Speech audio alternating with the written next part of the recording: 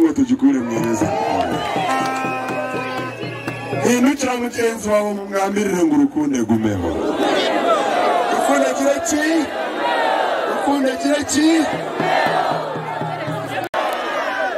mu bitabo bamwe babihire w'indangamuntu bakwaye mitware 2 wamara kutera karuroze kwakira mitware 3 twaza kumusinga nebe ndangamuntu yawe ahoragiye unabigamba bamwe kareba bareba hasi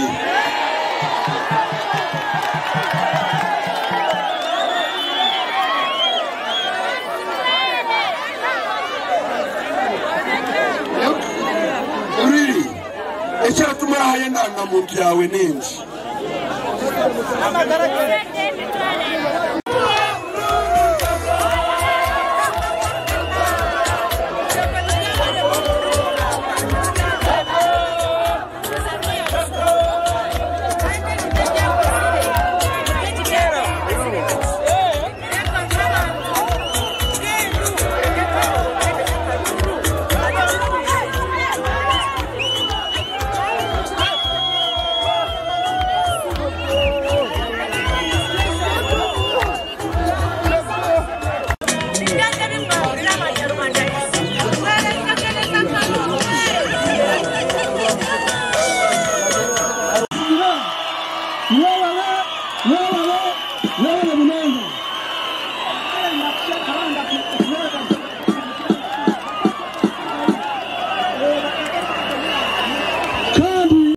Jogo Kenneth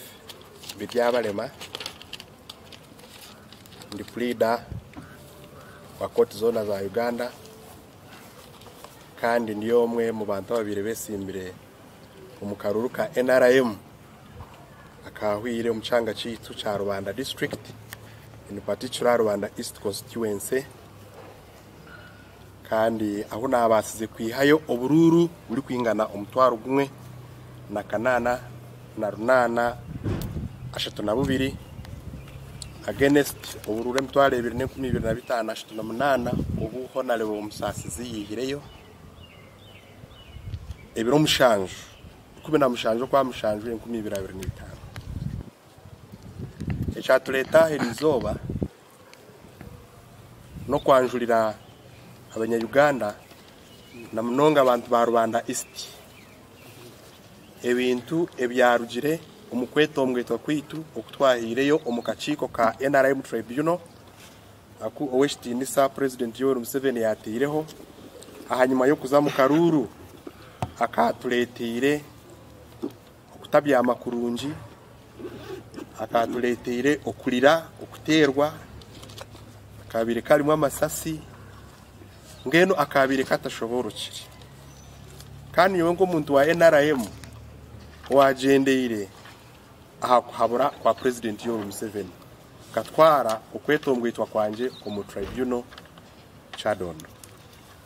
tribunal ebyarugireyo turi kwikirizana nabyo kandi kaba nabamanyiseho kutarashemerirwe abo kuba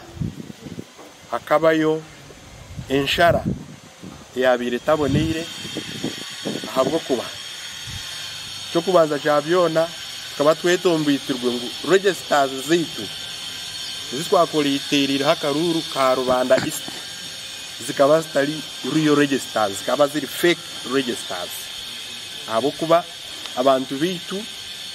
na mnonga muchanga cha Muhambo Town Council muchanga cha Bubale Town Council muchanga cha Nyamweru no mu myanya y'inabire nyine mu abantu binji umumurwa bakabiho mu register twagire kubaramu bashanga abantu bari kwingana kanana bakaba bihirwe mu register incidentally ninge cyasingire no kutushasha mnonga izo registers kubabire bihamu umuntu uri kumanyo hacaro batekamwe ndijo utari kumanyo hacaro tukakwata izo registers za village zirayika nka 20 ezitwabire twineho ezitwabasize kuscanninga twasaba meeting mu tribunal ngo bujulizi konka HMB bakatugambira ngo ebitwatireyo ngo bikaba bitaramara ngo bujulizo bwe bukaba butaramara mwenu twatungire verdict twagireba mwijuka amasasa gabire gari bubare hariho declaration forms nerizoba twiti tukazirebagaho ngeno akarura ko mutwaro gumwe nakanana kutwihireyo turamanya naho bakabarire yes nkaba ndiyo konka nienda kugambira ngunyowe ebyanje bikahambibwa mwena mukareba amasasa gabire gari bubare mwena mukarebe kintu cyabire kiri umuhambo. So it is unfortunate ebyabireho twatari mu karuru twaturyo mu kintu kindi. So kutwarugiro mu tribunal jogo tindi kwemalirira nabasa kwetaho abantu bace twaganira twashunjuma ibintu bitwabire twine n'ibintu byona ebitwabasize kurabamo kandi nimujuka ndi kubagira ngo ndiyo ninkora consultations mwene consultations zuwire all stakeholders abahagizi ba timu jogo bashaziremu ngo tugaruke twesimbe nkaba independent. NRM tindujiremu ndaza kuba ndi member wa NRM konka ogumurundi ndikuza kwesimba ka independent NRM leaning. Mwenu nenda kuterera umuranga ba meborayizers bitu abahagizi bitu abo ryo mu Rubanda East na nensi yona kandi no kushaba president yo Museveni ngo atusasire abo kwa turaza kureka umunyarubanda ari kubona Nyarubanda East ari kubona ari kutera akaruru keye keshonga aza kakatora mu mihanda etariyo twino bwesije no kwikiriza ngo Independent Electoral Commission iraza kutaho uburinganiza tutwire turareba registers zirarabamu abantu barazayo kwe updatinga konka enjawuro ninge mbaganisa eri mu karuru ka NRM naka Electoral Commission neji tutakajiro mu karuru ninga mu biro ebiri kuza kwijaho mubwire butari bwahare Independent Electoral Commission era issuing ninga era shohoza ubaleta ngo ni voter allocation slip tutakayikire mu karuru kiri kumanyisa ngo omuntu wena uri mu register baraza kumuha akakonji akaroreka ngo ari mu register karamworeka na hari kuza kuterera akaruru. So kiri kumanyisa ki gutwaza kwika mu karuru buri muntu weno wayahandikisize araza kumanya ahari kuza kuterera akaruru kandi twamara tukashanga ni zirimo ebizibu kiraza kutwangwiza ubwire bucyari kare ukweterere nduru bukiri kare. So nenda kuhereza assurance nabampurikize nabari kundeba ngu Electoral Commission kwera atandike kugaba ubwo bukonji uburi kuza koreka ninka hawuraze kuterera karuru nyabo nawe nabamukaka mu bakwato mukono bahikeho bahereza akapapura kabo amanye bukiri kare ahari kuza kuterera karuru kandi ko arabe yabera ryo mu register bakamwihamu tukikoreho bucyari kare turebe ngo at least this time round twatunga akaruru akariho ensharaho yo munyarubanda ningo muntu waronzire okuza kumujwekera umwishengero ryitu bya Uganda. NRM ndetwara mu ninga ndamanywa nko mwana wa NRM tata Kinzara no muntu wajiro mu Chaka kurwana alongside President Yoweri Museveni okuleta obugabe obutu kushemerererwamo kabari yo musirikale kandi akahereza munonga hariho abantu binja buturavugana baratuhereza obujulizi bamwe turatambulira hizina rye y'ebintu ebi yakozire nahabweco nyukuruga mu NRM kagenda ndateka ngo ndaba nashwaza my late father owafire owarwandirira ihanga so ndateka ngo yabarandeba ndi kurwandirira uburinganiza mu kibina cha NRM ahari arahumura mu busingi chairman shabiona akaruru turikuzamu nakaruru ka general elections akaruru ka member wa parliament karaza kuterwa hamwe nakaruru ka president wihanga so kirukumanyisa ngo aha polling stations turaza kuba twina abantu binji abazuira mishu halimu naba president Yoweri Museveni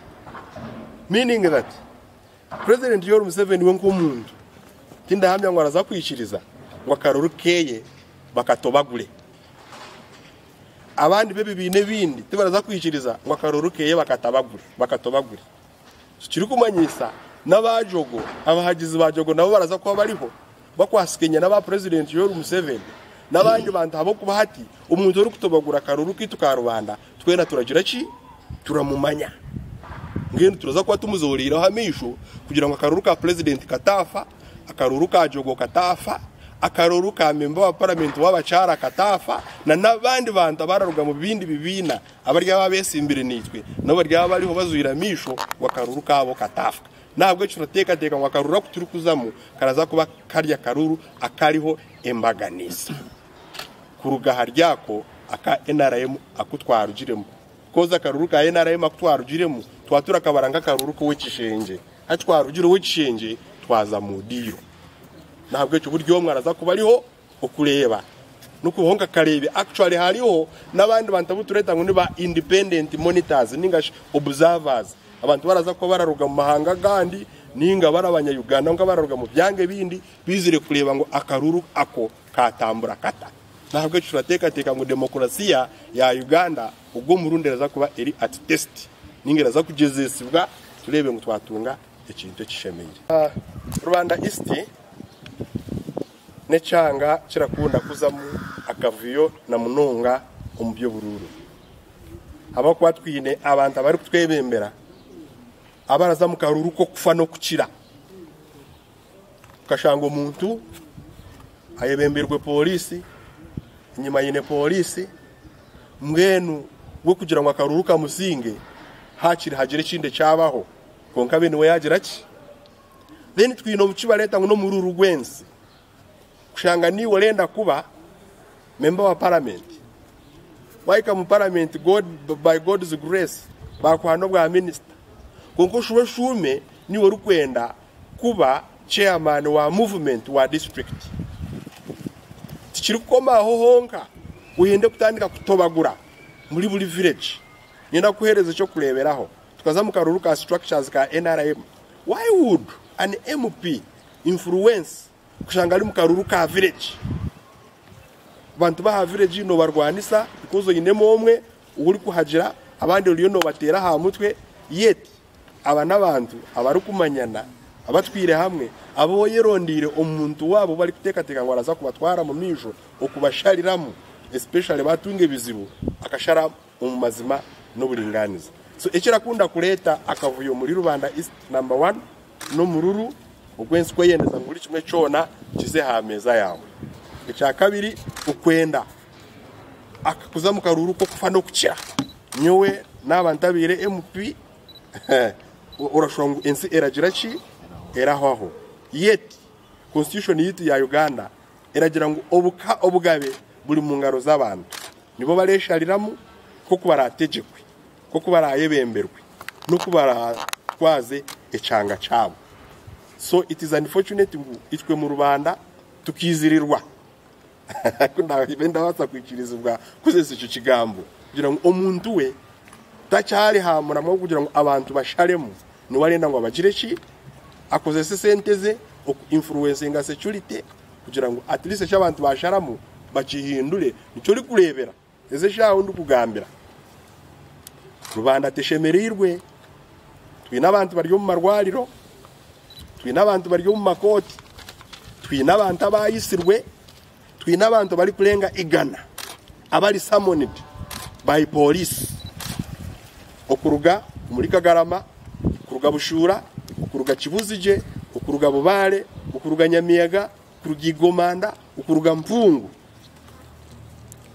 eje myanya yona twine summons abampikireho bari kwika abantu 50 abari summoned by police ukuza ku answeringa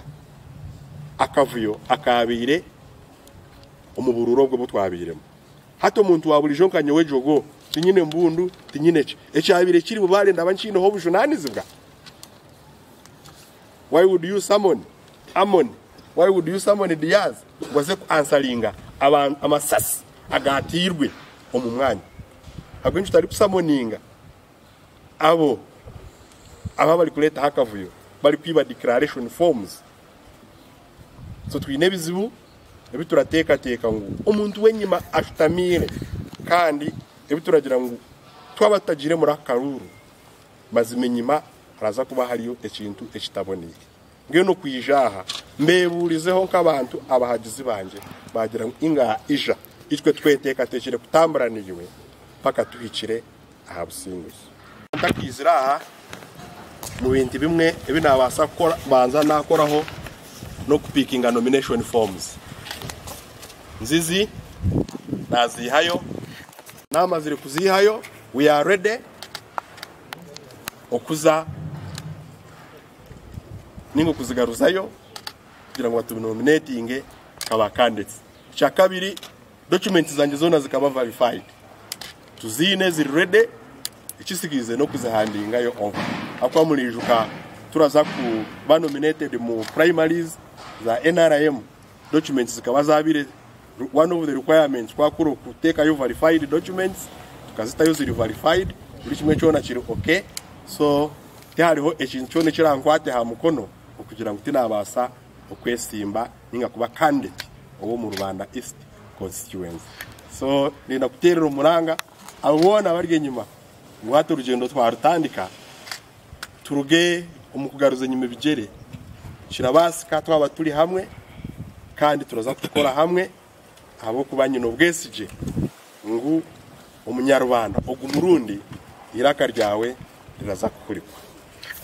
tribunal mu history za tribunals umurimo gwazo gubaga ko kugarukanisa abantu abo kwa tribunal tizikaza mu legalities tindamanye kigambo legalities ndabasa kushita mu rukiga bata kugira ngo namazima bakakwiba n'ubururu bungahi okwibwa mu tribunal baragendera ha bintu bya ni substantiality kuri nogira ngo akakaruru akokora kugira ngo bakakwiba bakagita habuahireyo okabora singa karuru so tribunal president akajituha kongana teka ngo nayo era muguzagamu nobwera betashemire kubera za mu legalities zahare munonga akwa nangwa turebiraho nangwa baragezaho inaho basharize mwo bururu abantu bari kuza kubugarukamo kandi nanye ndakabanda teka ngo akarubanda twacime kuba turakashazamo ukabakangira ngo register zinatireyo zikaba zirinje haviregize 210 nyonka tayonka 20 ezo nizo nabasize kwikaho kasikaninga nyowe nko muntu ahandi ndabasize kugira ki konka kwate baruha nahandikira chairman wa tribunal namugira ngo ndenda register ya NRM itwaterira hakaruru ka structure ba LC1s abo kubejo register ikabiri credible abantu barimo bakatera karuru kurundi nangwa nabandi babaterera karuru barabamo ngakacira shrazana muka MP flag bearer kushanga umuntu ni flag bearer abantu bakamuterera karuru konka hati mu register tagizire ki talimu ababona batira karuru mu register bakabihamo so ebyo nibyo twabwineyo so ndateka ngo tribunal ekabitringa president yo himself but what do we do umuntu yakubitrayinga uragaruze nyimbe ibyere ningera bari kugira ngo uweza kuko katika akora mulisho yaraja ngo uweza there is a problem here so I think president yo Museveni na wayegire aramangu tribunal dine ebyetabasize gukora kurunji na munonga nke canje nyine kwikiriza gutera kikozire kurunji webali by President Yoweri Museveni, but I did not get justice from the NRM tribunal. I managed to submit all the necessary evidences that affected my results, especially the removal of approximately 8,000 people from all my strongholds in the register, which I was able to submit to the NRM tribunal. I also requested the chairman through a letter which I wrote to the chairman to task Dr. Tango Odoi and the Secretary General of NRM, Right Honorable Todong, to avail to me the register which we used in the NRM structures. Incidentally, they were not able to do that, meaning that the comparison was not done of the two registers. I petitioned because the register that we used for parliamentary was a fake one. While at the tribunal, we also submitted evidences of militarization, beating, torturing of our supporters, especially in the areas of Hamhambo Town Council, Bubale Town Council, Nyamweru, and some areas of Hamurwa. We provided evidence of bullet shooting in the air, how many people were injured, and actually as I speak now, there are even those who are still hospitalized, nursing injuries. But the tribunal said we did not provide enough evidence. For that matter, I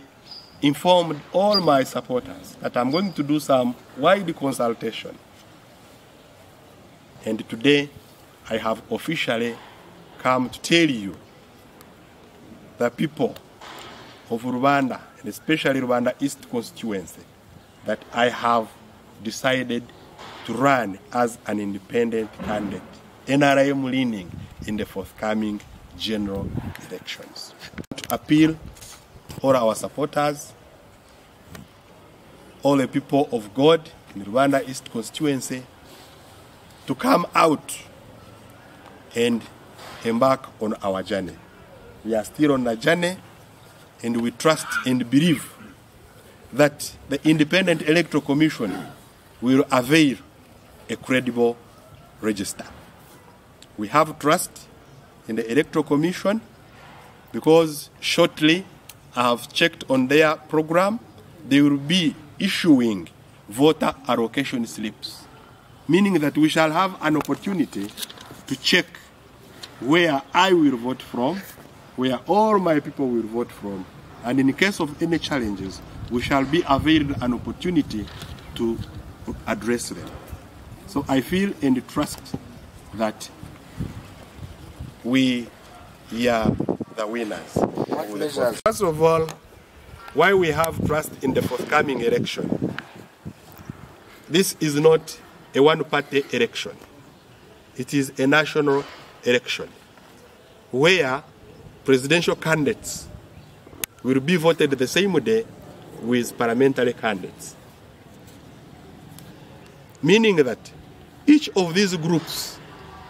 will be mobilized to ensure they have an eye on the process of electioneering. So I believe and trust that President Yoweri Museveni,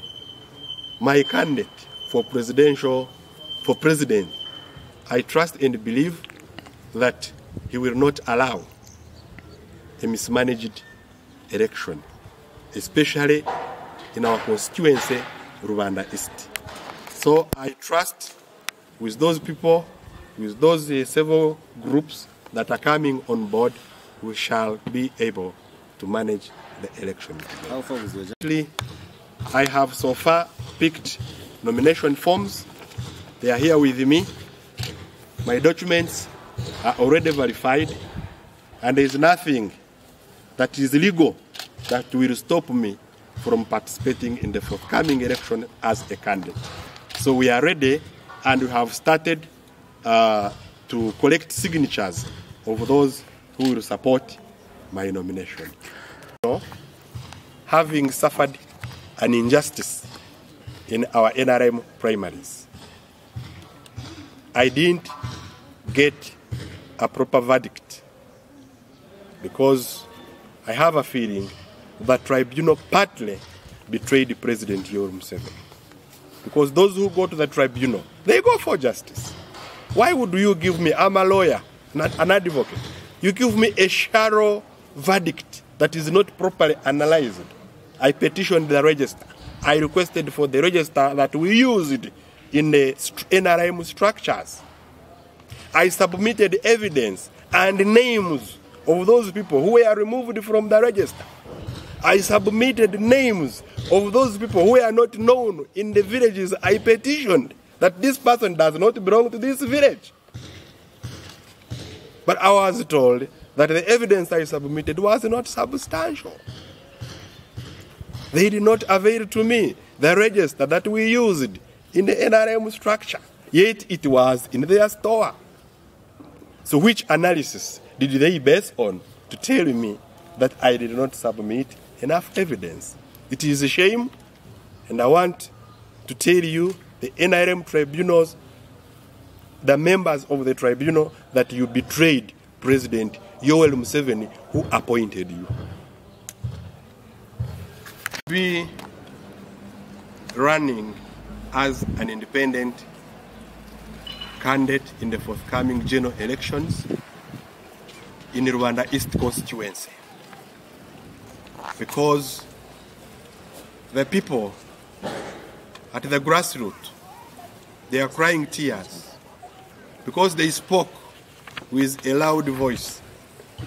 but they were betrayed at the top when our victory was taken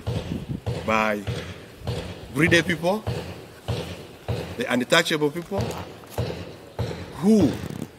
display a lot of impunity, mistreat the voters, and they think Rwanda East belongs to them. What measures are you Determined to protect our votes. But again, something unique about the forthcoming election. This is an election that will be general, where President Yoweri Museveni and other presidential candidates will be voted the same day with parliamentary candidates. So I believe everyone will be determined to protect the victory of their candidates. I will be part of those who will be ready to protect my victory. I will be part of those who will be protecting the victory of President Yoweri Museveni. So I believe, together with my team, we shall work tooth and nail to make sure that our victory is safe this time around. Etume na hachira kadeti ajowa independent nabwo kugira ngo kadeti witu kamuha karurunya mwinji yakasinga kandi kibina kitu cha NRM kuba ikaheguru turayijunoti yashaka ryashaka babirimo nabwo eco nyowe ndahajira umuntu warusingire ndahajira umuntu warusingirwe kibina nekwekira rajira konga mu buteka bw'iciro bwa Rwanda East washemere kuba aba flaga bearer none arabujugu Kenneth ryabaremo none nabwenda abandi mu mateka gagize reki agarigo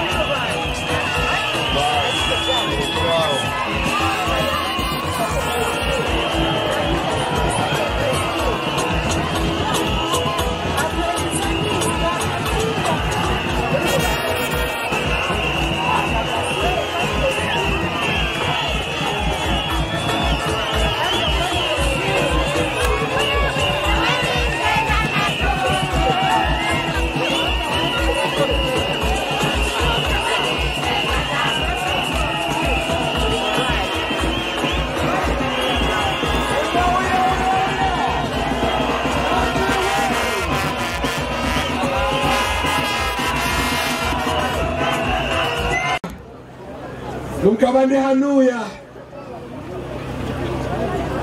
omugenzi rwendera ryaha